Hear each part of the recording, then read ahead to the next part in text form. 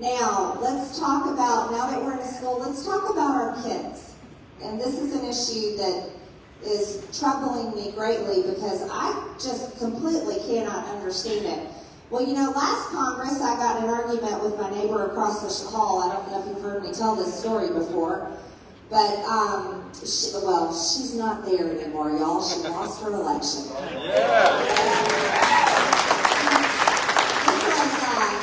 Democrat Congresswoman Marie Newman. Now, she and I got in an argument because she didn't believe the same things I believed about gender, and which is really just the truth about genders. There's only two of them. Yes. Right? There's male and female, and there's, you know, just like there's two sexes, but they've created this whole gender as a, you know, a whole idea that apparently you can pick and choose whatever you want these days.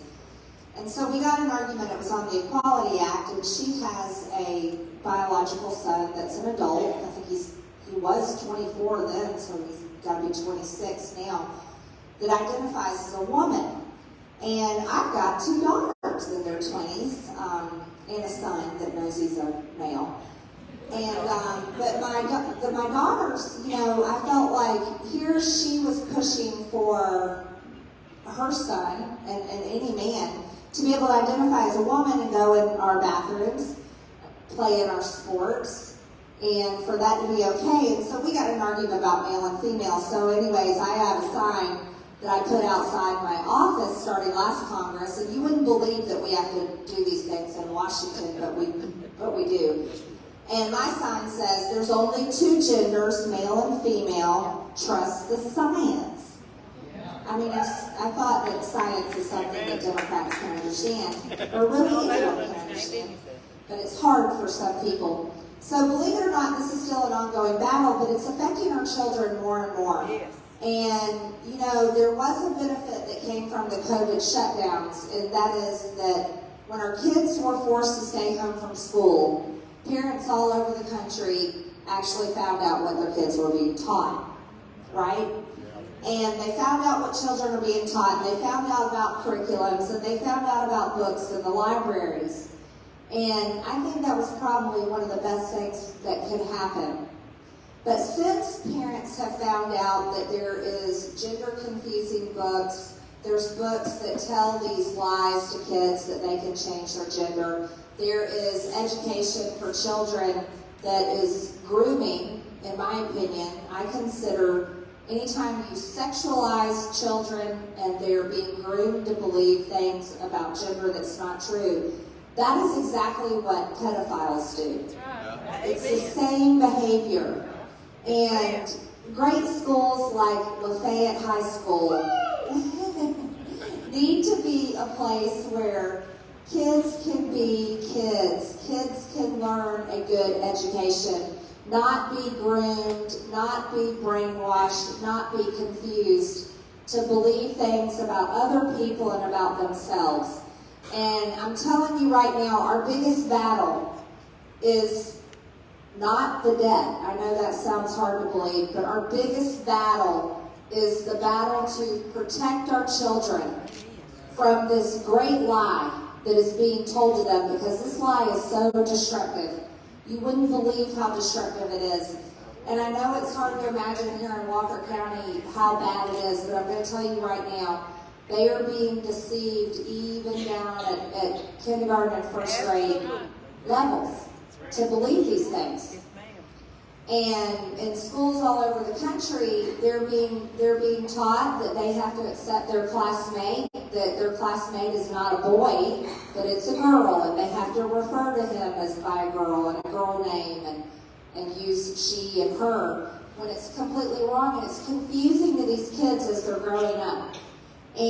But I want to tell you, while we are battling on issues in Washington, D.C., like the debt, which I'm telling you, that is a huge issue, and the debt has driven inflation that is hurting every single one of us. It's like a tax on all of us, costing us at the grocery store, at the gas station, with our bills, anything we go to buy, clothes, shoes, you name it.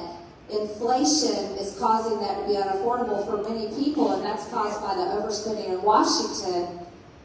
Believe it or not, where you see our bigger battles in Washington is on this very issue of gender. Now, the reason why I'm talking to you about this is because it's such a growing, I don't even know what to call it. It's not a phenomenon. It's evil. It's madness. Yes, thank you. It is madness. It's completely evil. And just last week, one of the leaders of the squad, you know those lovely ladies.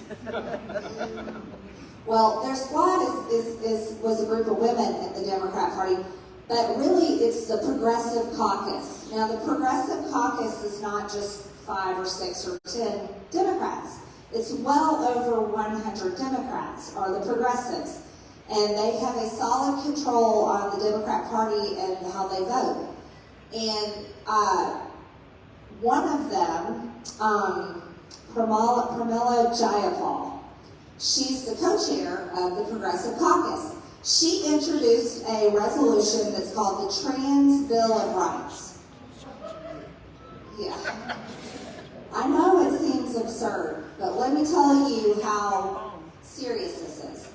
The Trans Bill of Rights, if it were to be passed, and it can't be passed this Congress because we're not going to give it the light of day. Right. It will not be able to be voted on.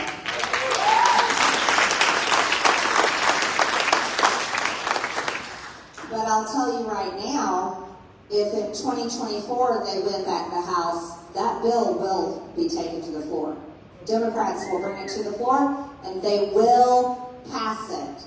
I know they'll pass it because much of the language written in this resolution, I've seen it in other bills.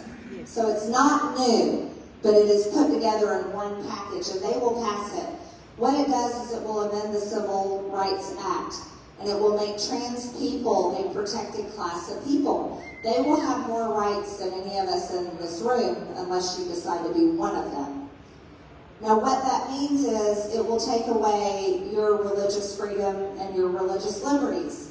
So if you're a Christian or whatever your religion is, and you say, no, I'm sorry, I can't call this person by their preferred pronouns, or no, we cannot provide them a marriage in our church, or whatever service.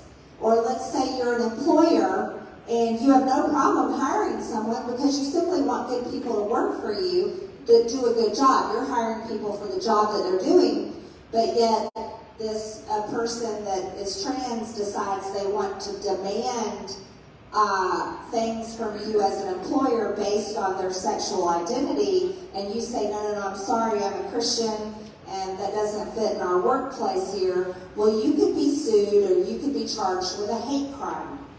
And your religious freedoms will be thrown out the window. It also codifies Roe versus Wade. And this is a term that we hear from Democrats constantly. They say, we want to codify Roe versus Wade. That means they want to make it by federal law, abortion to be legal in every single state. In Georgia, we passed the heartbeat bill, right? And we severely limited the number of abortions that can be performed based on when a fetal heartbeat is found. Well, that would totally destroy our law here in Georgia, or any other state law that has restricted abortion or completely gotten rid of it. They want to make it a federal law that you got to provide an abortion everywhere. The Trans Bill of Rights would also force children to be educated about trans people, their history, and their rights. So you're talking about the education system, whether Lafayette High School, Walker County, the state of Georgia, or wherever said, I'm sorry, our parents have voted and decided that they do not want this type of curriculum or education taught here in their school, that their tax dollars pay for, or their private school that they pay for, the Trans Bill of Rights would completely destroy parents' rights, which we as Republicans have a very hard time with because we just passed the Parents' Bill of Rights.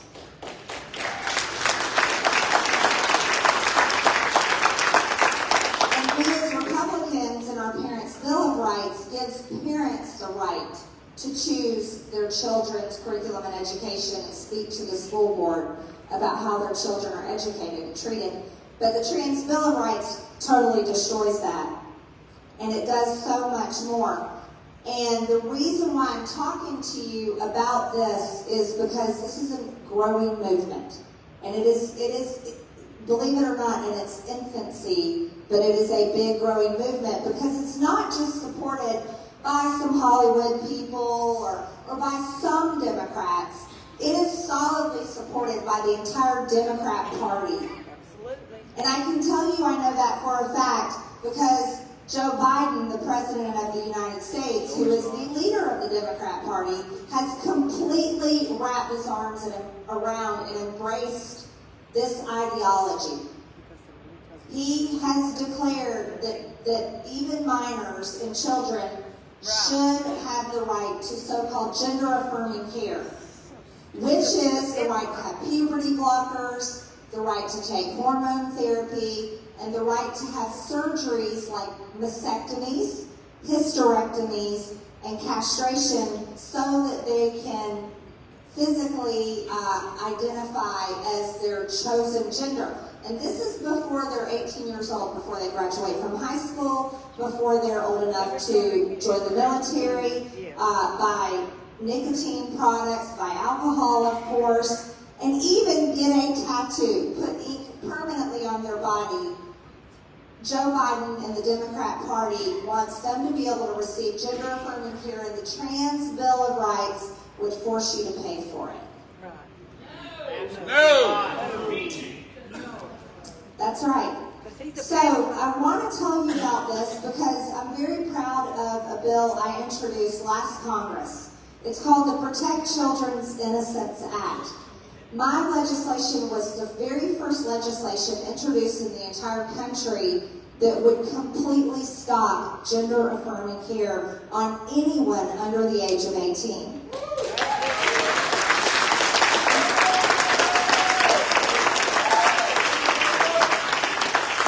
And the reason why this bill is so important is because as Republicans, we have to be the party that is completely dedicated to protecting our children. And protecting our children is everything to do with their mind, their body, and their spirit. And there's no greater protection than we can provide is to stop this ideology. So it's very important. I'm going to keep working on that bill until I get it passed in Washington, D.C. Because in my opinion, and I can tell in your opinion, and our values here in Georgia's 14th District, but not just here in Georgia's 14th District, all over the country, it's not just a Republican or Democrat idea or even independent. It is wholly supported that this gender-affirming care is a medical industry that should not exist for kids. Absolutely.